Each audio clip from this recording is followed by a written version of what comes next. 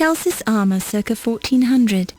This specimen is unique since surviving examples of 14th century armor are quite rare.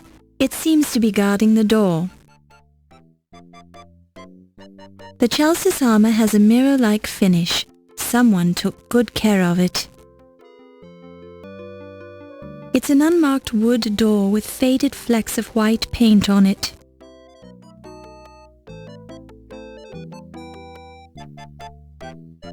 On close inspection of the door, you see two heavily faded words that were painted on the door at eye level, although some of the letters in the words are totally unreadable.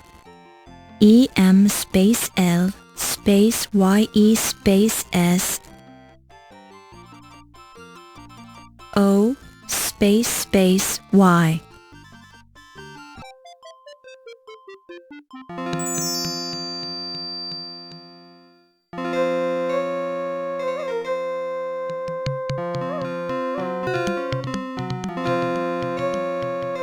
An Egyptian-style pillar.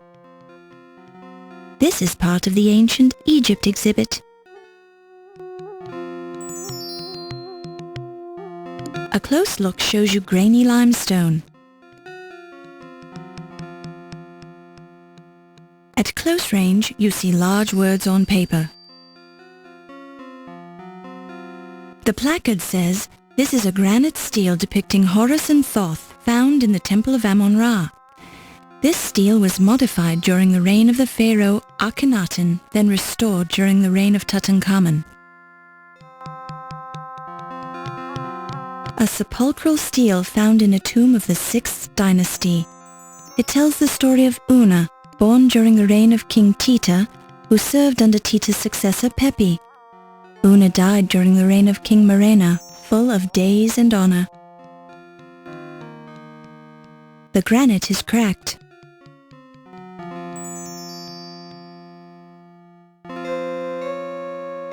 The glass is smooth and clean. No dirt, fingerprints or scratches are visible. The winged disc is too high to see clearly through the magnifying glass. This is the Uruach T, a winged solar disc with 2 uraei, the goddess Nekhebit on the right and Buto on the left. According to one myth, Horus assumed the form of the solar disk to protect himself from the evil god Set. A sturdy window that looks out on the city of New York.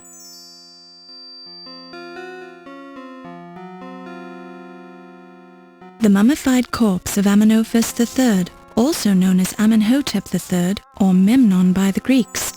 He built large temples to Amon-Ra, both at Karnak and at Luxor. In the 5th year of his reign, Amenophis marched into Nubia to quell a mighty rebellion. He also ruled over the Mesopotamians, since his kingdom was quite large. We also know that Amenophis was a mighty hunter who slew 102 lions during the first 10 years of his reign in his spare time. Now he's dead.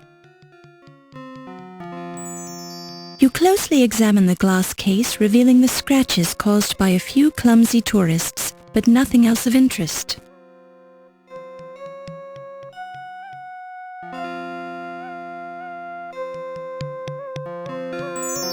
This pyramid is a model of the Great Pyramid of Cheops, Khufu, as it appears today. Originally, the entire surface of the pyramid was covered with smooth, polished limestone.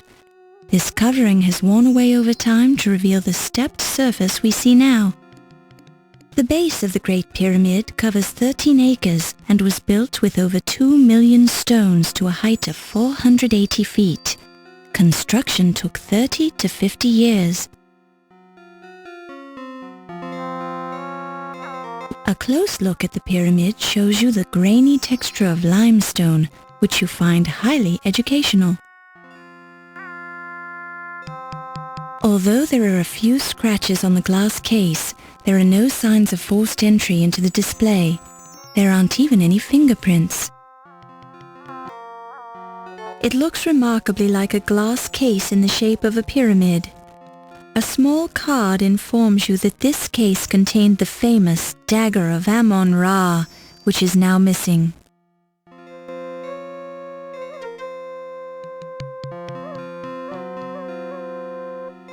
This is a granite stele depicting Horus and Thoth, found in the Temple of Amon-Ra.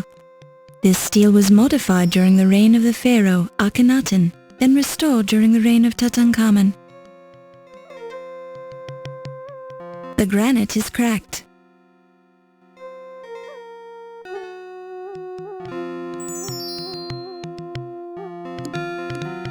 This is a magnified piece of the Ancient Egypt exhibit room.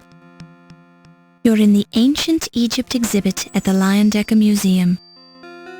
The stepped pyramid of Goph-Hotep, built during the 4th dynasty and located near Okhustia, the ancient Egyptian capital on the Nile River.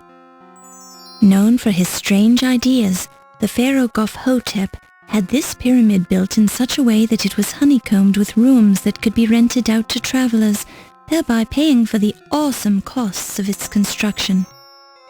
Popular as a resort destination, the Goph-Hotep Pyramid Hotel was renowned for its revitalizing qualities. The hotel's public relations department promoted the energizing powers of the pyramid shape, emphasizing the way cosmic forces were channeled through every room in the hotel. An ancient hotel brochure, printed on a sturdy piece of papyrus, declares that an overnight stay at the Goph-Hotep Pyramid can bring the dead back to life, which helps to explain the numerous mummies found in the pyramid by modern archaeologists.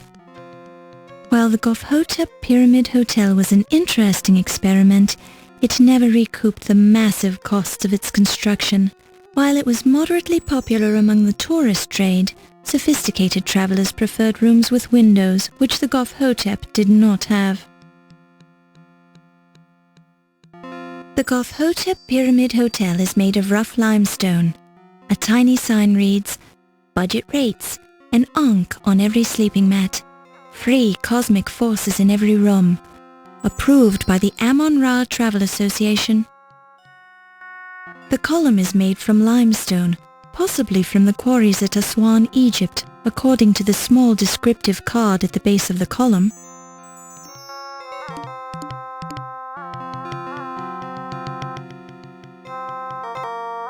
A minor column from the Temple of Amon-Ra, one of the few not decorated in gold.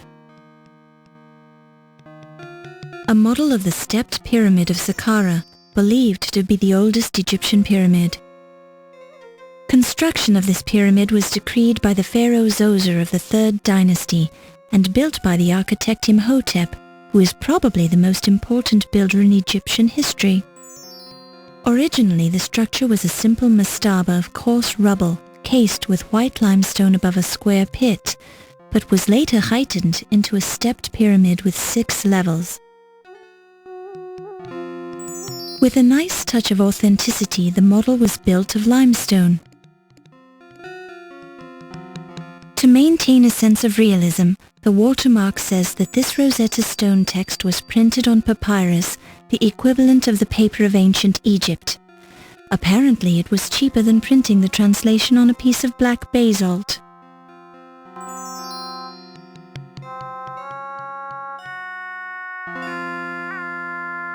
This placard describes the full translated text on the Rosetta Stone, which still resides in the British Museum. In summary, the text records the decree made at Canopus by the priesthood in honor of the pharaoh Ptolemy III, Euergetes I, who reigned from 247 to 222 BC. The decree discusses the great benefits which the pharaoh had conferred on Egypt and states what festivals are to be celebrated in his honor, concluding with orders that a copy of the decree in hieroglyphics, Demotic and Greek, shall be placed in every large temple in Egypt. The card identifies the slab of black basalt as the Rosetta Stone. Hieroglyphs and letters from the English alphabet are clearly engraved on the stone. The Rosetta Stone was found by a French artillery officer among the ruins of Fort Saint-Julien near the Rosetta mouth of the Nile River in 1799.